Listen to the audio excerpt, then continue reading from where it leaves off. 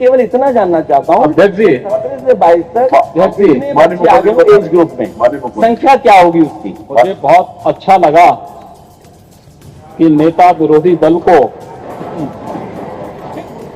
अब जनसंख्या की चिंता होने लग गई है। किसी को बताना चाहें तो फिर बता दो, 86 से 86 में 56 किसी को नियंत्रित करने के लिए ही हम लोग समान कानून की बात करना चाहते हैं। क्या मतलब?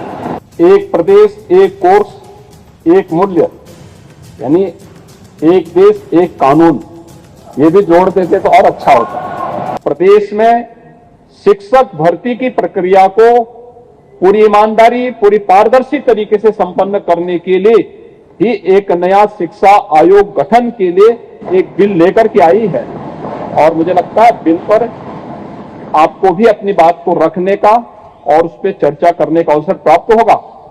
जो भी अमूल्य सुझाव आएंगे सरकार उसका स्वागत करेगी।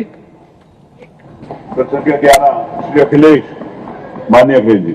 अध्यक्ष महोदय, माननीय मंत्री जी की मैं बात सुन रहा था। माननीय मंत्री जी, वो माननीय मुख्यमंत्री जी ने भी बहुत सी बातें रखी अनएम्प्लॉयमेंट को लेकर के।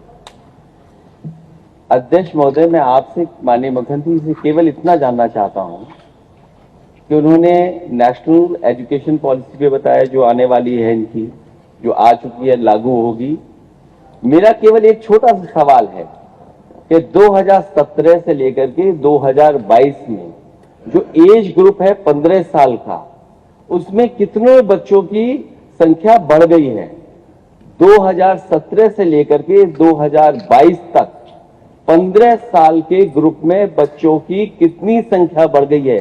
क्या उन बच्चों के भविष्य के बेहतर बनाने के लिए और उनको नौकरी रोजगार दिलाने के लिए आपके नेशनल एजुकेशन पॉलिसी के तहत, और खासकर उत्तर प्रदेश की सरकार, डबल इंजन की सरकार, जो ये कहती है कि अनएम्प्लॉयमेंट रेशो हमारा ये है, एम्प्लॉयमेंट रेशो नहीं बताते हैं, अनएम्प्लॉयमेंट रेशो ये है, तो वो क्या इन बच्चों की संख्या बताएगी सरकार?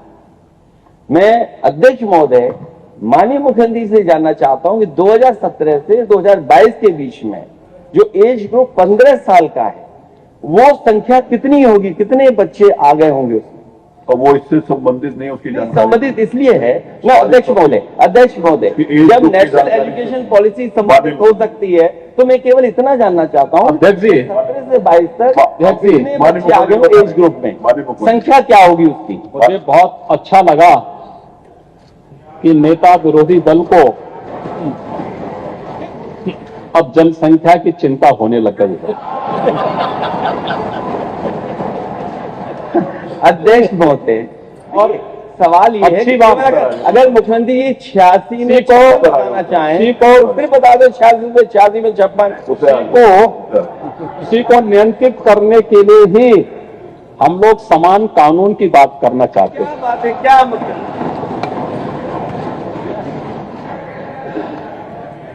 लेकिन अध्यक्ष जी, अरे आज उत्तर आगे फिर आप बोले।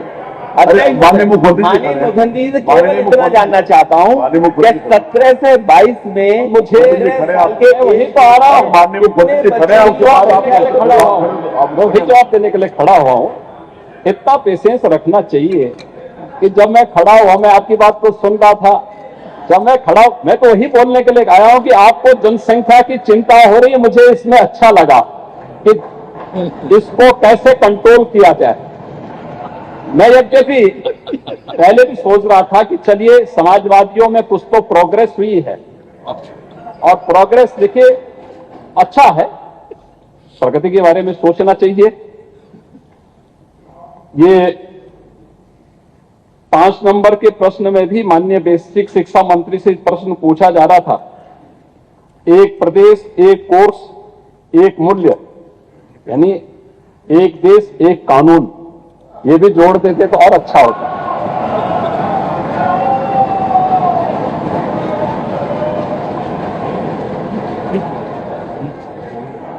सरकार क्या कर रही है, ये तो सर्वे बताते हैं।